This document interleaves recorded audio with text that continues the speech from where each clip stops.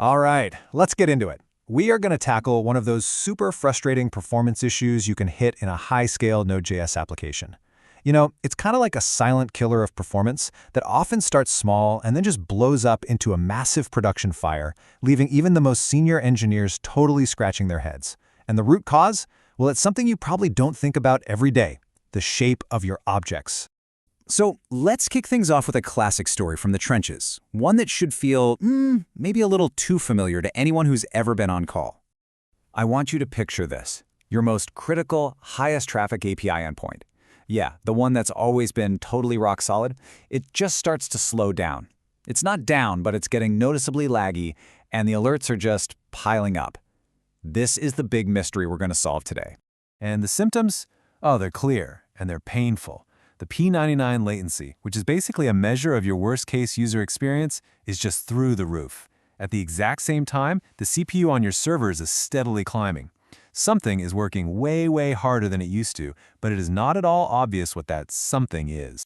So what's the first thing we all do? We throw more hardware at the problem, right? But in this case, scaling out, adding more servers, it does almost nothing. The latency doesn't budge. Now that is the classic sign that you're not just dealing with a simple capacity issue. No, the problem is much deeper and way more subtle than that.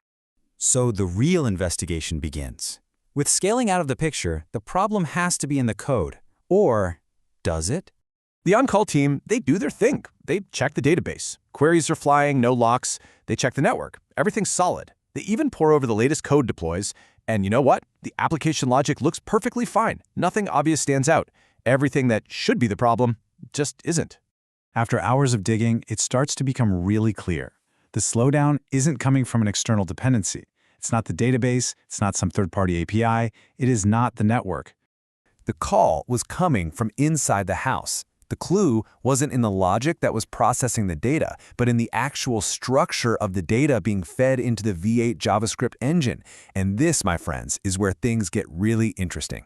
So what in the world is going on inside V8 that could cause such a massive, dramatic slowdown? Okay, let's pull back the curtain and unmask the real culprit here. All right, so the whole thing hinges on this concept of an object shape, which V8 internally calls a hidden class. I want you to think of it like a secret blueprint that V8 creates for every object you use. This blueprint describes what properties the object has and how they're laid out in memory. For V8 to be incredibly fast, it desperately needs this blueprint to be stable and predictable. And this just nails the core principle. V8's amazing speed comes from a bunch of optimizations, but the big one is called inline caching. This thing is a powerful technique that basically shortcuts the super expensive process of looking up a property on an object. It just assumes the object's shape will be the same as the last time it saw it. And when it's right, it is blazing fast. But when it's wrong, oof, performance just falls right off a cliff. And you can see right here just how simple the so-called mistake can be. On the left, with that consistent shape, V8 creates one blueprint and just flies through the code. But on the right, just adding one optional property creates a completely different blueprint, a whole new shape. That tiny little change forces V8 to abandon its fast path and take the much slower one. This table really breaks down exactly how V8 thinks about this stuff. When your function always sees the same object shape, it's called monomorphic, and performance is just incredible. If it sees a few predictable shapes, that's polymorphic, which is a bit slower, but when there are just too many different shapes, it becomes megamorphic. And at this point, V8 just throws its hands up, gives up, and turns the optimization completely off, and now you're stuck in the slow lane for good. So this really uncovers a fundamental tension in software engineering, especially with a language like JavaScript. We're talking about the trade-off between convenience and just raw performance.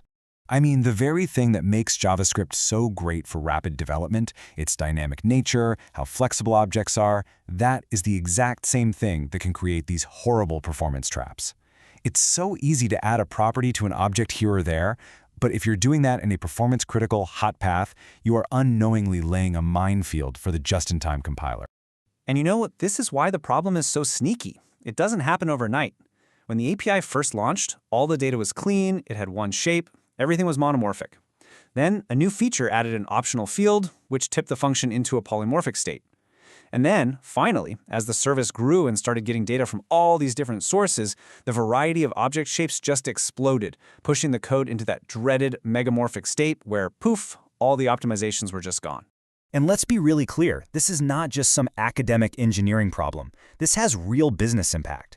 Your service level objectives, your SLOs, they get degraded, which means a worse experience for your users.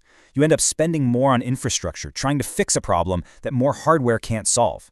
And ultimately, you hit a scaling ceiling much, much lower than you ever thought you would. So what's the takeaway here? How do we prevent this from happening? Well, the answer isn't about memorizing a bunch of syntax rules. It's about shifting your mindset and really focusing on architectural intent. See, a senior engineer proactively designs for this stuff. First, they identify the hot paths, the 1% of the code that does 99% of the work. Second, for those paths, they enforce stable data contracts, making sure objects always have a consistent shape. And third, they treat the boundary of their service like a firewall, validating and normalizing any incoming data before it gets a chance to poison their critical functions. And this right here, this is the core philosophy. You have to treat the shape of your data with the same importance as your application logic. The goal is to build a protective barrier around your most important code, guaranteeing that the V8 engine can always run in its most optimized state where it matters the most. So I'll just leave you with this one question. Take a look at your own systems, especially those high-traffic, data-heavy APIs. That feature you love so much, its flexibility? Could it actually be a hidden performance time bomb just waiting for the right mix of data to come along and set it off? It's definitely something we're thinking about.